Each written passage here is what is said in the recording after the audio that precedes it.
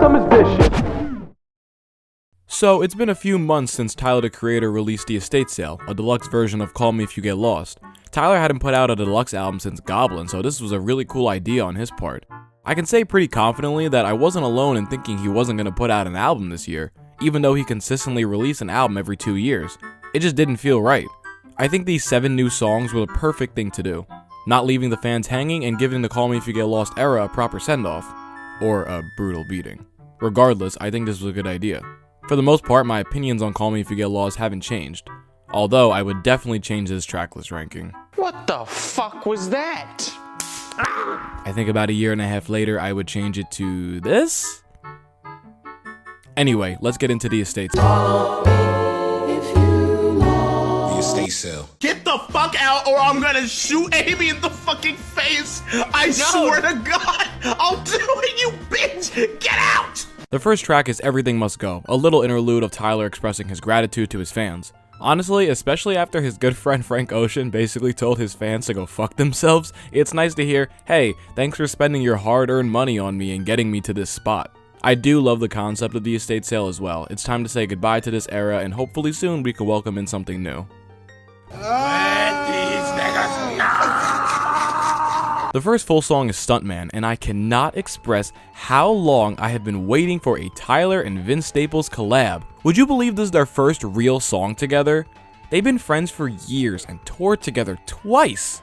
This took too long. Better late than never, I guess.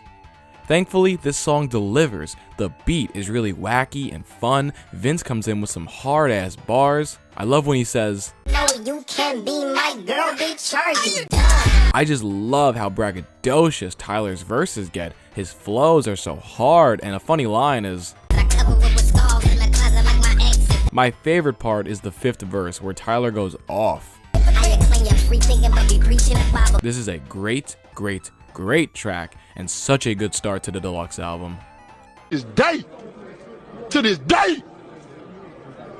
day! I never knew how much I wanted Tyler on a Madlib beat, but now that I have it, I want a full album of it now! This chill song features Tyler talking about life and getting some things off his chest. He talks about being a workaholic and some of it being fueled by being scared of returning to his childhood.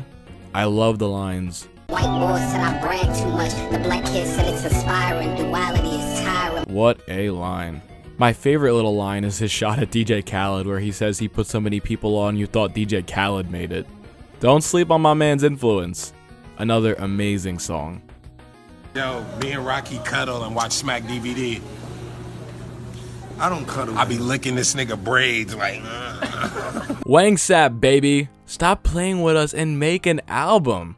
On WHARF Talk, Tyler talks about being in love with a woman he does everything for. However, she doesn't want to commit to being with him for the rest of her life. It seems as if time is running out, so Tyler begs her to finally decide, trying everything to convince her to stay with him. This beat is so beautiful. Rocky slides over it so seamlessly. Tyler's vocals are very reminiscent of Igor.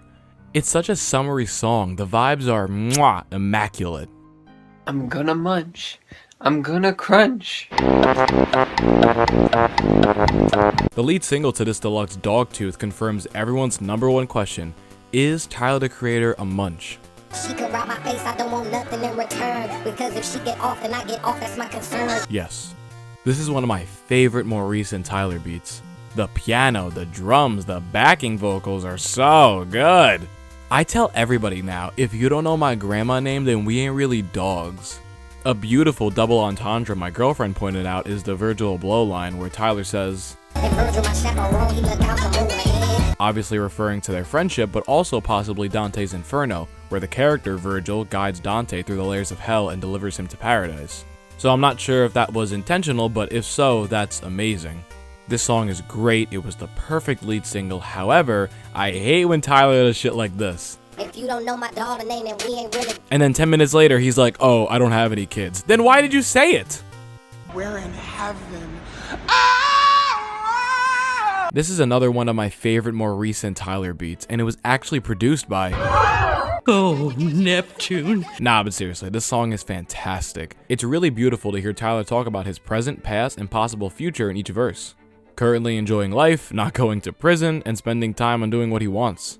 Then jumping forward to talking about settling down with a partner, raising 2 children, having dinner at his sister's house. The last verse though, I nearly shed a tear. Catching the bus with Jasper, forming Odd Future, and building this beautiful life of his. I'm so happy for you, really. A really pretty song that is absolutely a summer anthem. I thought I might stay over tonight. Why? Because we're girlfriend-boyfriend.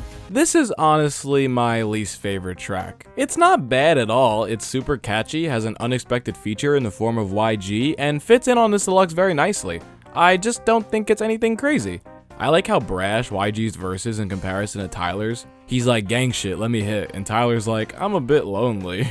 The beat is a lot of fun. I feel like there's a bit of Igor influence on here, and considering the track is labeled 2020 demo, that's not super surprising. While this is my least favorite, Tyler saved the best for last with the next and final song.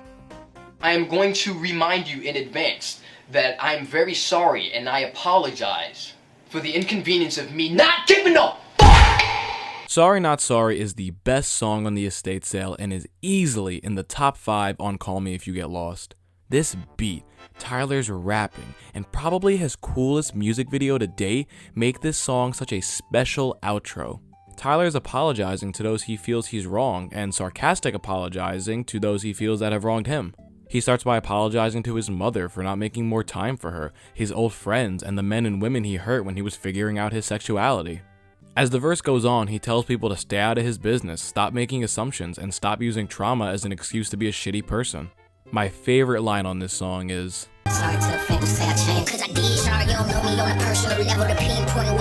people try to take shots at Tyler, try to invalidate his upbringing and downplay his hard work, and like he says, he shoots right back with 2 words, fuck 'em. And with all that being said, here's the track list for the estate sale. Probably the best deluxe edition album in a long time. Thanks so much for watching, I hope you enjoyed. What did you think of the estate sale? Did you love it? Did you hate it? I'd love to see your tracklist rankings and thoughts in the comments below.